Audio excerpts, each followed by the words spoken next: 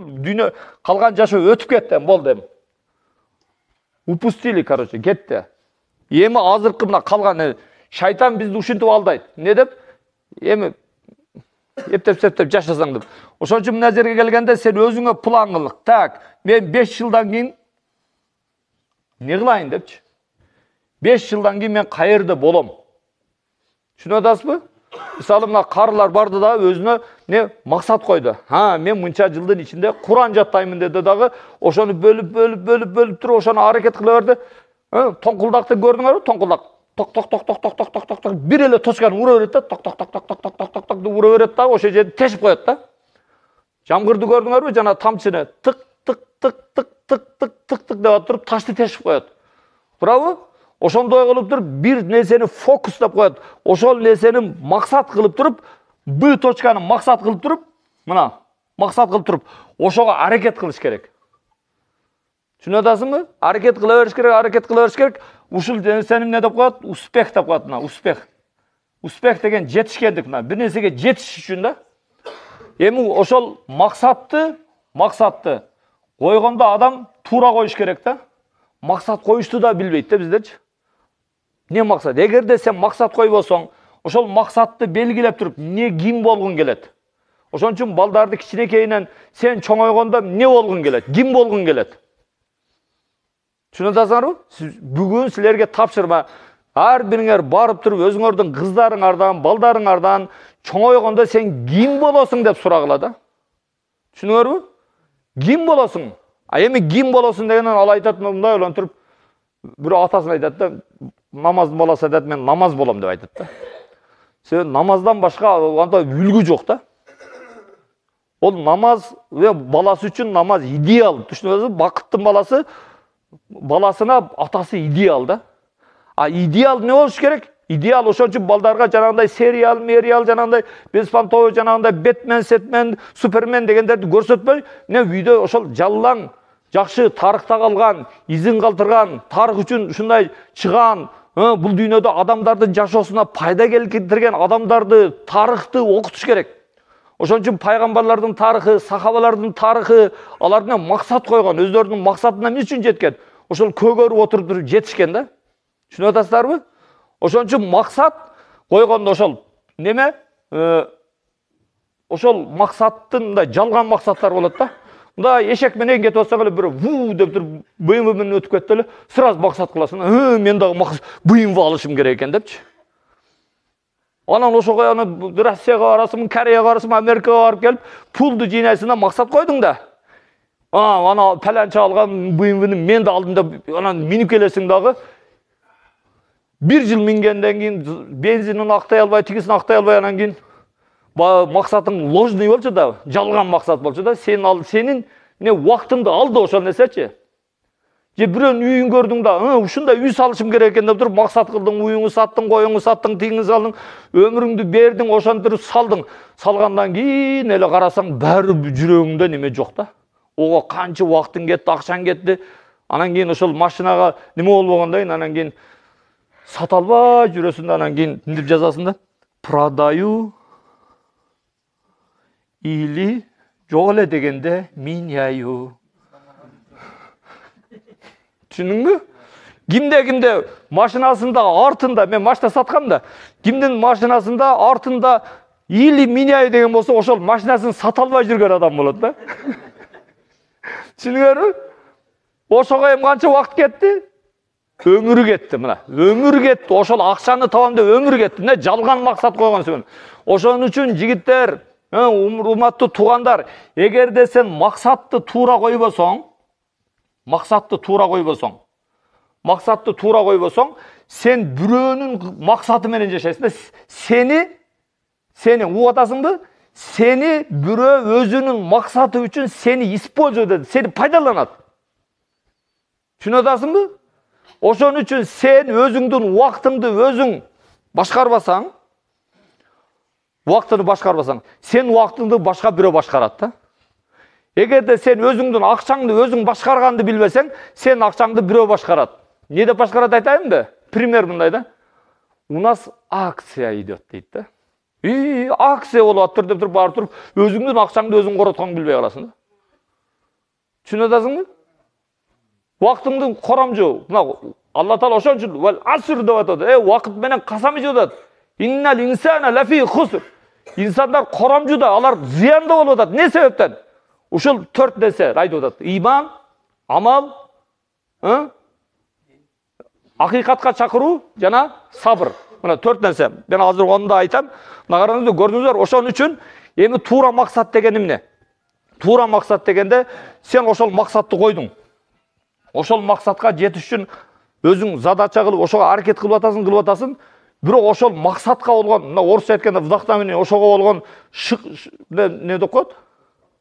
Ошого болгон умтулуу сени чарчатпайт да, сенин энергияңды албайт. Дайыма энергичный болуп жүрөсүң. Түшүнүп атасыңарбы? Ошон үчүн туугандар, мен дагы бир жолу айтам, китеп окуш керек. Эгерде сен күндө жарым сааттан китеп окубай, китеп окуганга убактың жок да. Китеп окуганга убактың жок. Senin sazanaң, misалы, kança жыл мурда китеп окугансың? 10 жыл мурда бир китеп окугансың да. Ондагы сүйүү жөнүндө окугансың да. Паланча сүйүп тур, анан же болбосо вор в законе деп ворду окугансың да. Эч бир сен жашооңа неме жок. Түшүнүп атасыңбы?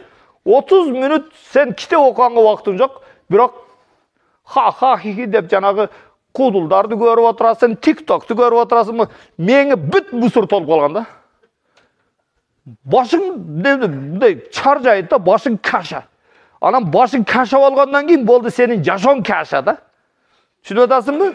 Ошон үчүн бизге Алла Таала, мен кече да айтканмын, 1 мүнөтүңдү сен өмүрүңдө бир жолу иштетесиң. Эми ошол 1 мүнөттөн не куралат? 1 мүнөттөн саат куралат, сааттан күн куралат, күндөн жума куралат, жумадан ай куралат, айдан жыл куралат, жылдан сенин өмүрүң куралат. Ömrün koramcığa ketmesin. Ömrün ziyanga ketmesin.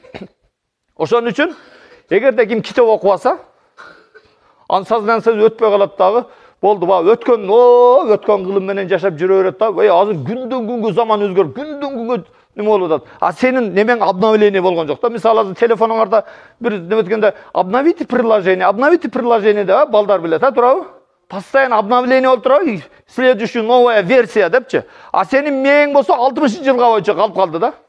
Эми ошондой болуп калгандан кийин сен балаңды да түшүнбөйсүң, балаң сени түшүнбөйт да. Түшүнүп атасыңбы? Сен сознаниең калып кетти аякта. Ошон үчүн адамдын мээси карбайт. Дайыма жаңы нерсе менен, жаңы идея менен. Жаңы идея качан пайда болот? Качан ошол өзүн өзү өнүктүрүү боюнча китеп окуган сайын пайда болот. Каерде болгон келип атат, өзүң жаз. Sen эгерде өмүрүңдү өзүң жазбасаң, sen немеңди бирөөлөр жазып коет. Сенин убактыңды башка бирөөлөр башкарат. Ошон үчүн азыр мусулмандарды башкарып, түшүнүп атасыңарбы? Мусулмандарды ар ким башкарып атат да. Маңкурт кылып башкарып атат. Ошон үчүн бул мен айтып аткан сөздөрүм өтө кымбат. Муну түшүнгөн адамга. Бир бай айтат экен да, баласыначы бир ташты берип, мына ташты базардагыларга барып туруп сатып кел десе, барып анан базарда турган жана өтүкчү бирөөлөргө отуруп көрсөтсө, мына ташты алып койгулачы десе, бул таштын эмне кереги бар эми? Барчыңар, бекер берсең да албайм деп эч ким албай коет экен да. Бир айтат экен, мейлем, нерсеге берсең алып коярмын дейм, үйгө апарып коюп коем дейт экен да. Анан эч ким өтүп койгондон кийин атасына келип, ата буну эч ким албай кой десе, эми зергерге апарчы дептир да. Зергерге апарып туруп, зергерге апарып көрсө, буга мен состоянием жетпейт дейт да, бул өтө кымбат таш экен дейт. Мен акчам жетпейт, буга эми бул падышанын жарым акчасы кетет дейт да. Түшүнүп атасыңарбы? Ошон үчүн багы эми мен сиздерге айтып атам, түшүнгөн адам түшүнөт, түшүнбөгөн адам түшүнбөйт. Бирок иншалла ушул жерде мына жаш жеткинчектер, ушул жерде отурган бир туугандарымдын кулагына кирип, мен ушул айтып аткан сөздөрдүн бардыгын мен акчага сатып алып окугам. Силерге ушул бесплатный, мен ушу бир туугандарым иншалла ушул айтылган сөздөрдөн бир пайдаланып, өмүрлөрүн туура коромжу кылбастан өмүрлөрүн, калган өмүрүн иншалла бир аракет кылып, бир пайдаланып калсын деген максатта айтып жатам. Түшүнүп атасыздарбы? Абдулла ака канча мүнөтүм калды мен? Айта берейинби? Жакшылап карап туруң, үйдө өтүп кетпесин.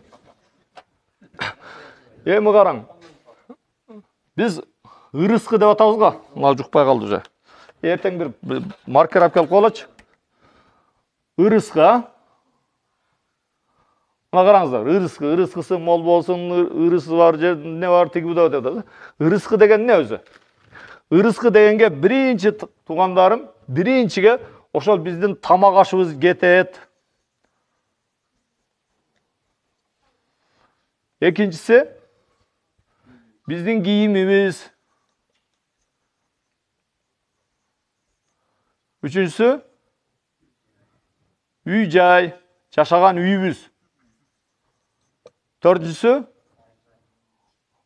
унаа, минеп аткан унааларыбыздагы биздики ошол ырыскы.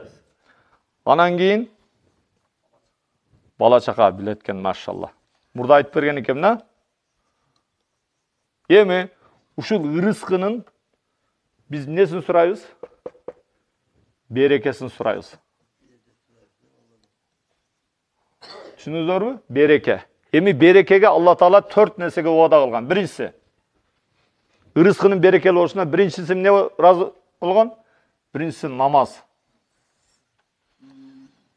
Астагфирулла ва мур ахлака бис-сала вастабир алейха ла нас'алука ризкан нахну нарзукук вал акибату лит-таква дейт.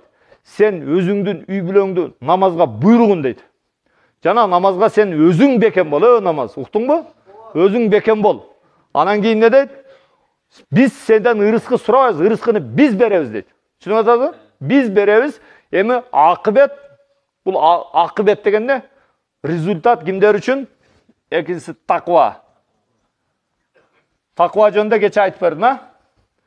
Сталбулу ва ман яттакиллаха яж'ал лаху махража ва ярзукху min haysu la yahtasib deydi.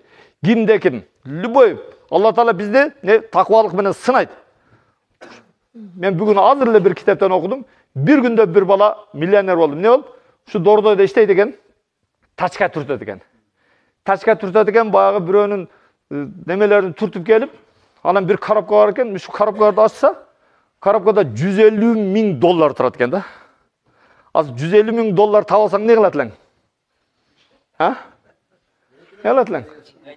Ha, şimdi aytmadı. Al tigi korktu deydi. Allah'dan korkup barıp esini tapıp ötkenden tigi oşol Moskvada bir filial açam dep biznes plan kılıp atkan eken. Oşondoy takva balаны izlep atkan eken. Sırası partner kılıp milyoner olup ketти deydi. Mına oşol rezultat. Bu dünyadagысы. A buga okşogan rezultatlar, buga okşogan nemeler öte köp da. Түшүнүңүздөрбү? Anan keyin üçüncüsü neler? Üçüncü Allah Teala vada kılgan. İstiğfar. Түшүнүңүздөрбү? İstiğfar degen bilesizlerби? İstiğfarды көп айтыш керек. İstiğfarды көп айтсак, иншалла биздин ырыскыбыздын көбөйүшүнө, мал жаныбыздын көбөйүшүнө, бала чакалуу болушубузга, бардыгына мына Нух алейхисаламдын сүрөсү немеси, Нух сүрөсү далил бугачы. Nuh aleyhisselam öz aytып да, эгерде силер Аллага истигфар кыла турган болсоңор, Алла Таала мал дүнөңөрдү көбөйтөт, силерге ушундай жамгырларды жаадырат, силерге бала чака берет, силерге кубат берет деп Алла Таала айтып атат. Түшүнүңүздөрбү? Ошон үчүн көп истигфар айталы. Түшүнүңүздөрбү? Истигфар төртүнчүсүндө эле кимдин эсинде бар? Тавакел. Түшүнүңүздөрбү? Тавакел. Пайгамбар саллаллаху алейхи айтат, эгерде силер канаттуу куштарга окшоп дейт, эгерде канаттуу куштарга окшоп силер Аллага тавакел кылсаңар, Алла силерге канаттуу куштарга окшоп рызкы берет дейт. Түшүнүңүздөрбү? Канаттуу куш деген сөз ал болду уясында жатып алган жок, ал ушту, эртең менен тавакел кылып ушту. Түшүнүңүздөрбү? Бул тавакел өтө мындай орус айтканда благородный дело да. Kim tavakel kılbasачы, tavakel kılgandı bilbesечи, al öspөйт. Любой нерседе tavakel kılış керек. Түшүнүңүздөрбү? Ушул 4 нерсени жаттап алыңыздар, ушул 4 нерсеге амал кылыңыздар. Иншалла мына жерде 5 нерсебизге эмне болот? Бала чакабызга бардыгына иншалла береке берет. Алла Таала баарыбызга береке берсин. Убактыңыздарды алган үчүн Алла разы болсун. Сизден бизден.